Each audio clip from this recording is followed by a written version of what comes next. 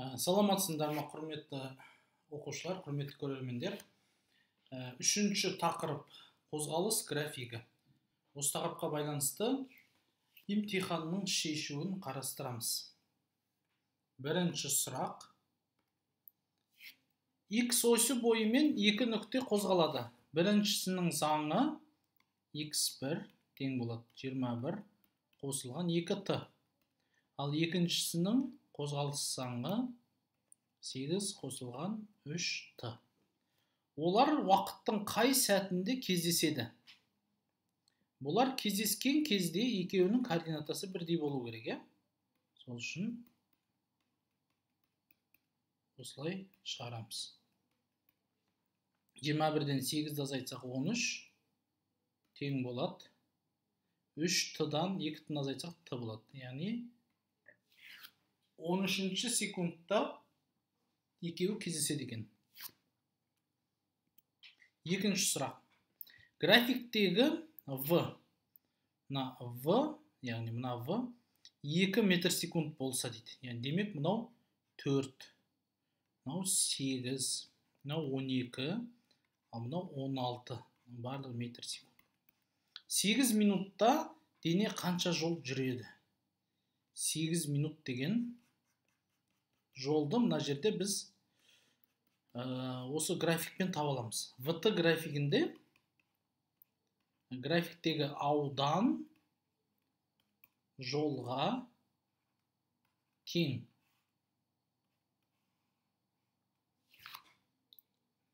Енді мына жерде минутпен есептеген екен, біздің секундқа аударуымыз керек. Біріншісі бөлігі 4 көбейтілген 4 минут, ол 60 секунд болады, қосылған. Екінші бөлігінде қанша болады? Мынау 12. 12 көбейтілген 8-ден 6-ны азайтсақ 2 минут. 2, яғни 2 көбейтілген 60 жүрген жолымыз осыған тең. Бұл калькуляторда қолданып шығарайық. 4-дегі 4 16, 16-ны 60-қа көбейтсек 960 қосылған. 12 көбейтілген 2-дегі 60 120. Жалпы жол 2400 метр.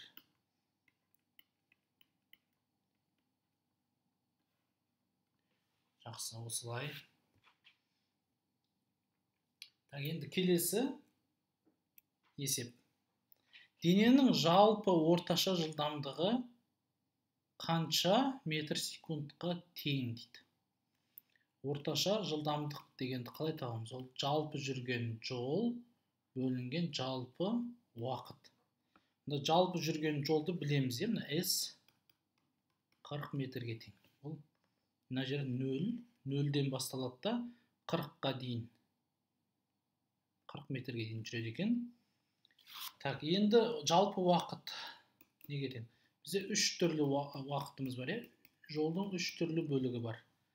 Яғни мына жерде T1 уақыт жүреді, мұнда T2, ал мұнда T3 уақыт.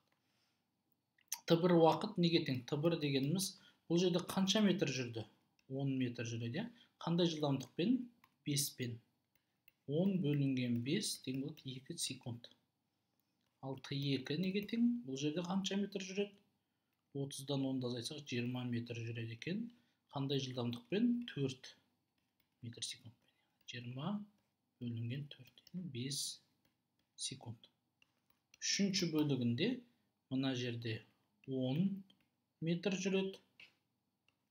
Бөлеміз, жылдамдығы 2-ге тең. 2 метр секунд. Демек 5 секунд. Сонда орташа жылдамдық неге тең?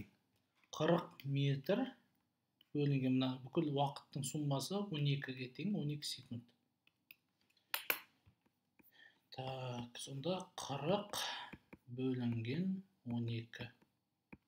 3,3 метр секунд. Бұны бізге бүтін санға дейін дөңгелектеңіз. Демек 3 метр секунд болады екен.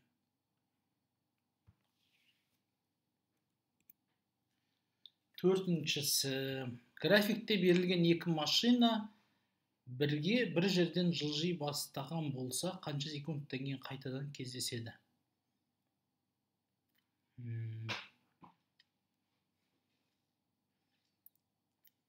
Так, давайте, мына жерде километр сағатпен көрсетілген, я? Сосын мына жерде жолмен көрсетілген. Бірінші график жылдамдықтың жолға тәуелділігі. Екіншісі жылдамдықтың уақытқа тәуелділігі. Так, енді басында мынаны метр секундты не істейміз біз? Километр сағатқа аударайық. Километр сағатқа аударайық. Уақытты да біз сағатқа аударайық. Мына километр сағат болатын болса, оны 10 метр секунд ол 36 километр сағатқа тең. Демек, мынау 36 болады, 72 болады, 3 қанша болады? 18, 108 болады. Мынау 144 болады. Километр сағатпен.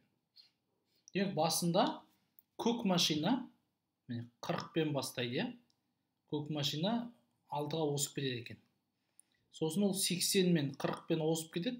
Сосын 80-мен жүреді. Мынау 36-мен жүреді, одан кейін 108-бен жүреді. Демек, осы уақыт аралығында екеуі кездесуі мүмкін. Одан кейін тағы да бұл 72-мен жүреді, мынау 60-пен жүреді. Мынау басында ғана озады, сосын ақырындап не істей бастайды екен, қала бастайды екен. Анализ жасайық. Бірінші, мына жерде ол 2 километрге кетіп қалады екен. Басында, 2 километрге. Мынау қандай уақыт? Мына кезде бір Т1 деген уақыт табайық. Т1 ол неге тең? 2 километр бөлінген 40 километр сағат. Демек, мынау 60 минут, километрді қысқартып жүріп, сағат жоғары шығардық. 60 бөлінген 20, 60 бөлінген 20, 3 минут. 3 минутта бұл 2 километрге кетеді екен. 2 километр қашықтыққа. Так, ал мынау 2 минутта қанша жол жүреді?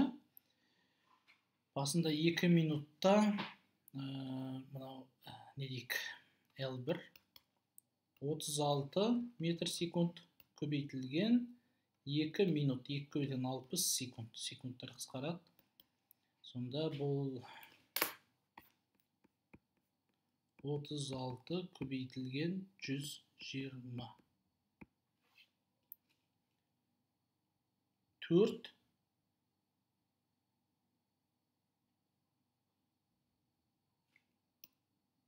мынау километр сағат қой. Онда мен теріс жазыппын. Қайтадан өшірейік. Километр сағатпен километр бөлінген сағат көбейтілген. Онда уақытты мына 2 минутты біз 2 бөлінген 60 сағат деуіміз керек. Сонда бұл 36 мен 6-ны қысқартсақ, мұнда 6 болады. 6 жердегі 2 12-ні бөлеміз 10-ға, 1,2 километр. Сосын тағы 1 минут бар, мына жерде. 3-ші минут деген мына жер. 1 минутта ол 108 км сағат жылдамдықпен жүреді. Көрейік, ол 2 километрді асалам екен. 108 км сағат көбейтілген 1 минут. 1 минут деген ол 1 бөлінген 60 сағат деген сөз.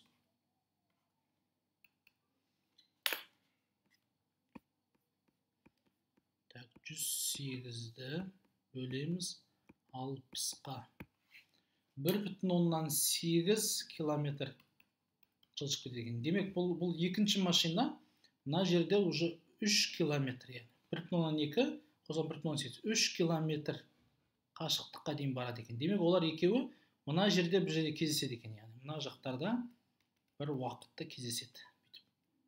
Оны теңдеу құрайық ол үшін. Мына жерде кішкене орнымыз қалды. Сонымен есептейік қазір.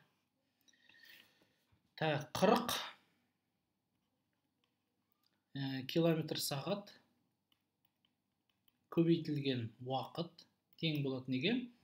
1,2 километр қосылған 108 километр сағат көбейтілген уақыт минус. Мына жерде ол уже 2 минут уақыт жүріп қойған.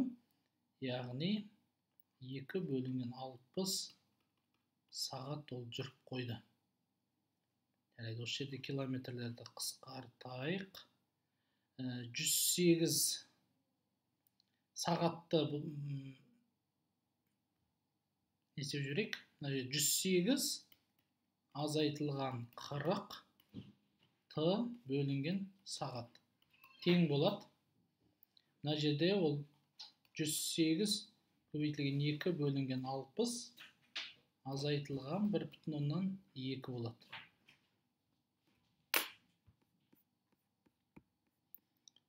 108 көбейтілген 2 бөлінген 60 азайтылған 1,2. Оны бөлеміз 68-ге. Мынанша сағат болады. Бұл сағатты көбейтейік 60 минутқа. Оны көбейтеміз 60 секундқа. Сонда 127 секундта уақыт 127 секундта екеу кездеседі екен. 2 минут 7 секунд.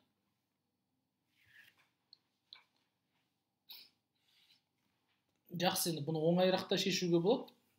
Бірақ логикасын түсінсеңіздер болды, керемет, сол керемет. 5-ші сұрақ. Спортшы шеңбер бойымен 100 метр радиуста 18 км сағат жылдамдықпен жүгіреді. Велосипедші радиусы 250 метр шеңберде жүреді. Белгілі болғанда екі спортшы да өз шеңберін бір уақытта аяқтайды. Велосипедшінің жылдамдығы қандай дейді? Жақсы, уақыттары. Біріншісінің жүретін жолы 2πr1 бөлінген v1, екіншісінің жолы 2πr2 бөлінген v2. Сонда бұл жерден 2π-ді қысқартып жібереміз. Бізге v2-ні табу керек. Мынау r1 болсын, r2 болсын, мынау v1 болсын, ал v2 велосипедшінің жылдамдығы неге тең? v2 пропорция бойынша v1 r2 бөлінген r1-ге тең. Яғни 18 км сағат көбейтілген 250 бөлінген 100.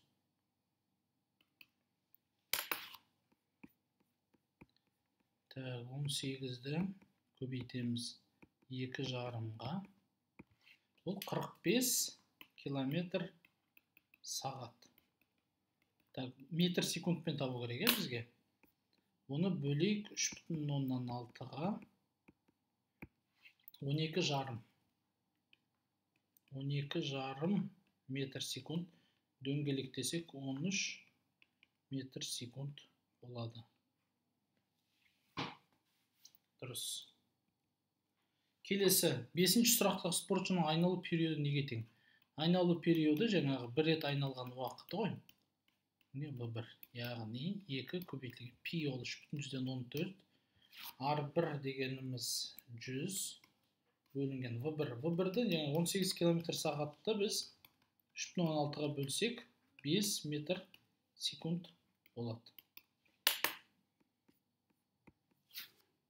Сол кезде 2 көбейтілген 3,14, 6,28 болады. Оны көбейтеміз 20-ға.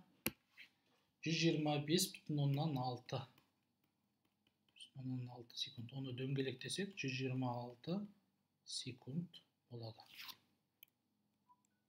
7-ші. Айналу жиілігі неге тең? Айналу жиілігі ол бір бөлінген периодқа тең. Яғни жиілік дегеніміз бір рет айналу үшін жоқ.